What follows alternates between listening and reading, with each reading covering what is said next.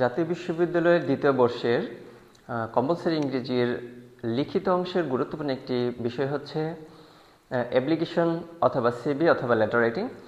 এই অংশের আজকে প্রশ্ন বিশ্লেষণ করে আমরা দেখার চেষ্টা করব কোন বিষয়ে বেশি গুরুত্ব দেব এবং কোন বিষয়টা আমরা লিখব।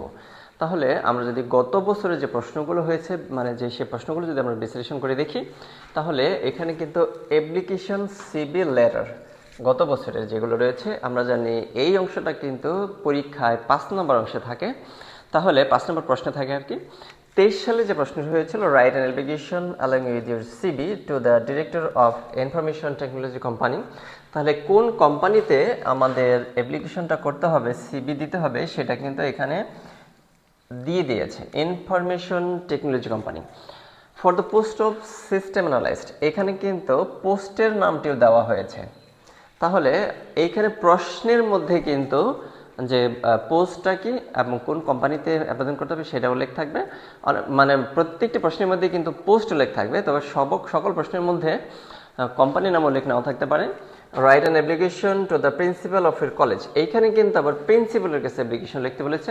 To increase the facility of learning facility in the college library, লাইব্রেরিতে লার্নিং ফ্যাসিলিটিটা বৃদ্ধি করার জন্য। টু ইনক্রিজ, এইখান থেকে কিন্তু আমাদের অ্যাপ্লিকেশনের বিষয়টি মূলত এইখান থেকে শুরু। তাহলে 21 সালে যে প্রশ্নটি এসেছিল সেটা দেখার চেষ্টা করলো। Write an application to the principal of college for the permission to raise a fund for helping flood affected people.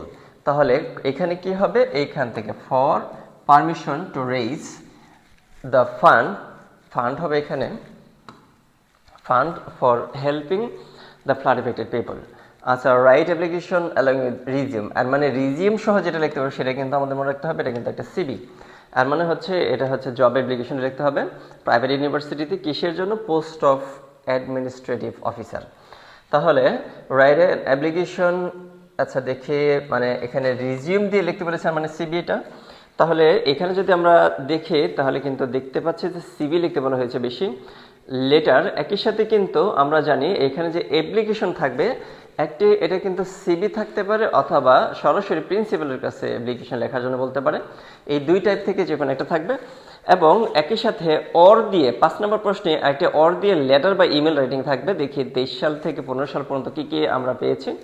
তাহলে যদি আমরা এখানে দেখি, right a letter to your foreign friend telling him about your future plan about completing graduation.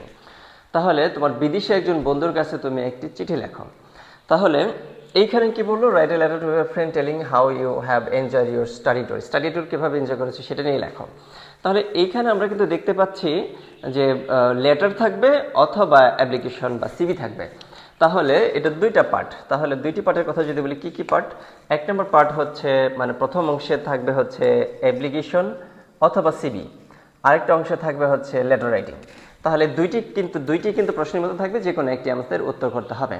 তারা আমার recommend হচ্ছে আপনারা অবশ্যই অ্যাপ্লিকেশনের পার্টটি অংশগ্রহণ মানে লিখবেন। এই পার্টটি খুব সহজ এবং এটি আমরা যদি একটা ডেমো দেখে আসার চেষ্টা করি যে আমরা আসলে এটা কিভাবে লিখব, তাহলে অ্যাপ্লিকেশনের সিবির ক্ষেত্রে ডেমোটা কি হবে। তাহলে এইখানে প্রতিষ্ঠান প্রধানের যে পদবি, এই পদবিটা লিখতে হবে আমাদের, প্রতিষ্ঠান প্রধানের পদবি। এবং এই সাথে যদি আমরা দেখি এইখানে কিন্তু অবশ্যই একটি ডেট লিখে শুরু করতে হবে, না প্রথম পেজে চলে গেছে। তাহলে এখানে কি লিখতে হবে, ডেট, প্রতিষ্ঠান প্রধানের পদবি। প্রতিষ্ঠান প্রধানের পদবি কীরকম, যেমন কলেজে যদি লিখি তাহলে সেই ক্ষেত্রে কী লিখবো, প্রিন্সিপাল। ব্যাংকে যদি লিখি তাহলে ম্যানেজার, কোম্পানিতে লিখলে কী লিখবো, ডিরেক্টর। তাহলে প্রতিষ্ঠানের নাম মানে যে প্রতিষ্ঠান, ধরলাম হচ্ছে যে ডেট লিখলাম দ্য প্রিন্সিপাল সখীপুর আবাসিক মহিলা কলেজ, সখীপুর, টাঙ্গাইল। আচ্ছা দিলাম এটা, অথবা হচ্ছে যেটা আপনার অবস্থান করছেন সেই কলেজের নাম বা ঠিকানা দিতে পারবেন।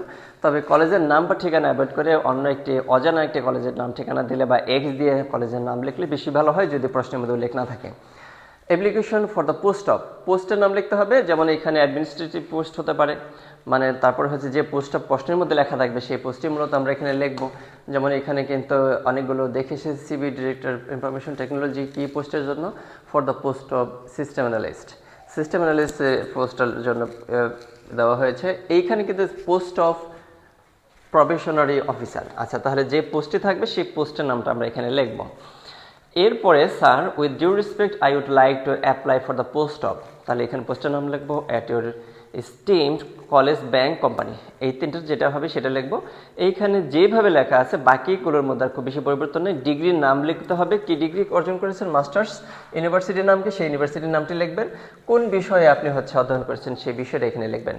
তাহলে আমরা কিন্তু এই বিষয়গুলো একটু গুরুত্ব দিয়ে দেখতে হবে যে ডিগ্রিটা কি, ইউনিভার্সিটিটা কি, আর সাবজেক্টের নামটা কি। এই সাবজেক্টের নাম, ডিগ্রিগুলো কিন্তু আবার আরেকটি জায়গায় আমাদের প্রয়োজন হবে। এখানে যেভাবে আছে হুবহু সেভাবে রেখে দিলেই চলবে, কোনো পরিবর্তন নেই। Thank you for your kind consideration. Your faithfully নাম লিখবো, এরপরে হচ্ছে ফোন নাম্বার দেবো। ফোন নাম্বারটা কিন্তু একটা ফেক ফোন নাম্বার দিতে হবে, অরিজিনাল ফোন নাম্বার দেওয়া যাবে না। তাহলে এইখানে আমরা এইভাবে দিতে পারি। তাহলে আমরা কিভাবে দিতে পারি, যেমন 017, এইভাবে আমরা 12টি ডিজিট মিলিয়ে দেব। আর কোনোভাবেই আমরা মানে অরিজিনাল ফোন নাম্বারটা দেওয়ার মানে অ্যাভয়েড করে যাব, লিখবো না। এখানে একটা ইমেল দেব, ডেট দেব। এটুকু হচ্ছে প্রথম কাজ। এই পৃষ্ঠার সাথে আরও একটি কাজ হচ্ছে অ্যাটাচমেন্ট। অ্যাটাচমেন্ট বলতে কি, আমরা যখন কোনো একটি জবের জন্য অ্যাপ্লিকেশন লিখব, শুধু অ্যাপ্লিকেশনটাই থাকে না, তার সাথে কিন্তু অনেকগুলো কাগজপত্র থাকে। সেই কাগজপত্র কি কি দিয়েছি সেটা কিন্তু অ্যাপ্লিকেশনের পেজের মধ্যে থাকবে। তাহলে আমি যদি সেখানে আরেকটু বিষয় আমি আরও ক্লিয়ার করার চেষ্টা করি যে আমরা পেজটা কিভাবে নেব। ধরে নিলাম এটা একটা পেজ। এই পেজের তো আমরা এই পাশে একটা মার্জিন দিয়ে থাকি, উপরে একটা মার্জিন দিয়ে থাকি। আমাদের এইখানে যতটুকু আলোচনা করলাম এটা অবশ্যই এই পেজের একটা ফুল পেজ নিতে হবে। এই ক্ষেত্রে আমি রিকমেন্ড করছি হচ্ছে answer to the question number যেটা থাকবে, 5 নাম্বার প্রশ্ন তো আমরা জানি অ্যাপ্লিকেশন আসে, তাহলে answer to the question number 5 এটা লিখবো হচ্ছে মার্জিনের উপরে, শুধুমাত্র অ্যাপ্লিকেশনের ক্ষেত্রে বা লেটারের ক্ষেত্রে। তাহলে এই পুরো অংশটা রাখবো হচ্ছে ফুল অ্যাপ্লিকেশনের জন্য। তাহলে এইখানে তো আমরা যেমন একটা ডেট দিয়ে শুরু করব, বললাম ধরে নিলাম 17/5/2025, এখন আসেনি ডেটটা, মানে এমনি দিয়ে রাখলাম। তাহলে তারপরে তো প্রিন্সিপাল, এরপরে হচ্ছে কলেজের নাম, এরপরে হচ্ছে মানে ওই বিষয় লিখবো। এগুলো তো লিখতে লিখতে এই পর্যন্ত ধরে আসলাম। এইখানে কিন্তু আমরা অ্যাটাচমেন্টটা দিয়ে থাকবো, যে এই অ্যাটাচমেন্টটা যেই পেজে আমরা হচ্ছে অ্যাপ্লিকেশনটা লিখেছি সেই পেজের মধ্যে কিন্তু অ্যাটাচমেন্ট দিতে হবে। অ্যাটাচমেন্টের জন্য কিন্তু আলাদা পেজে যাবে না, এক পেজের মধ্যে লিখে কমপ্লিট করার জন্য চেষ্টা করতে হবে। যাদের হাতের লেখা একটু বড় তারা একটু ছোট ছোট করে লেখে এক পেজের মধ্যে আটানোর চেষ্টা করবেন। অ্যাপ্লিকেশনটা অবশ্যই এক পেজে রাখতে হবে। আর সিবির বাকি অংশটা কিন্তু অন্য পেজে যাওয়া যাবে, যে পাশেই আরেকটি আমরা এরকম ডাবল পেজের একটা অংশ রাখার চেষ্টা করব, যে মানে এরকম কিন্তু পৃষ্ঠা মানে এরকম যেই থাকে এরকম এই পাশ থেকে শুরু করব, এই পাশ লিখে ওই পাশে শেষ করতে পারবো। তাহলে আমরা এই রিজিউমের যে অ্যাটাচমেন্টটা, একটা রিজিউম এর মানে সিভিটার যে আমাদের নাম ঠিকানা অন্য অন্য অংশ থাকবে সেটা হচ্ছে রিজিউম। মানে অ্যাপ্লিকেশনের সাথে কিন্তু অ্যাটাচ আছে resume. 2 copies of photos, 2 copy ছবি আমি সংযুক্ত করেছি। Photocopy of all academic certificates, এর মানে অল একাডেমিক সার্টিফিকেটস বলতে আমাদের এসএসসি, এইচএসসি, অনার্স, মাস্টার্সের যে সার্টিফিকেটগুলো রয়েছে সকল একাডেমিক সার্টিফিকেটগুলো এক কপি ফটোকপি দেওয়া আছে। ব্যাংক ড্রাফট যে চাই অনেক সময় ব্যাংক ড্রাফটের ফটোকপি দেওয়া হয়েছে, এগুলো দেওয়া হয়েছে, এইখানে কিন্তু লিখতে হবে। এরপরে হচ্ছে রিজিউম।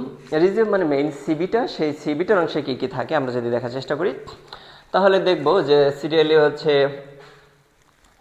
Personal information. এখানে যদি আমরা একটু কারেন্টলি লিখে দিই যে personal information, name, father's name, address, email, mother's name লিখতে হবে, ডেট অফ বার্থ লিখতে হবে, ন্যাশনালিটি লিখতে হবে, রিলিজিয়ন লিখতে হবে, ম্যারিটাল স্ট্যাটাস লিখতে হবে, এগুলো লিখলাম। কেরিয়ার অবজেক্টিভ লিখতে হবে। একাডেমিক কোয়ালিফিকেশনের মধ্যে এইখানে আমরা হচ্ছে এসএসসি বোর্ড কি সেটা লিখবো, সায়েন্স আর্টস কমার্সে যেটা ছিল যার যেটা ছিল সেটা লিখবো।